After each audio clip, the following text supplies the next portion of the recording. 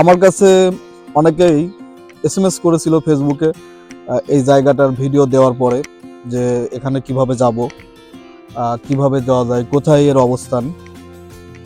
তো আমি এসএমএস এর ভিত্তিতে আপনাদের জন্য এই ভিডিওটা বানাচ্ছি যে কিভাবে কদমতলা ভাইরাল সেই জায়গাটা মাঠের মধ্যে, যেখানে কিছুদিন আগে আমি ভিডিও দিয়েছিলাম যে পিঠা উৎসব হয়েছে। তো সেখানে এই ভিডিওটা দেওয়ার পরেই আমাকে অনেকেই আপনারা বলেছিলেন, এসএমএস দিয়েছিলেন জায়গাটা সম্পর্কে জানাতে।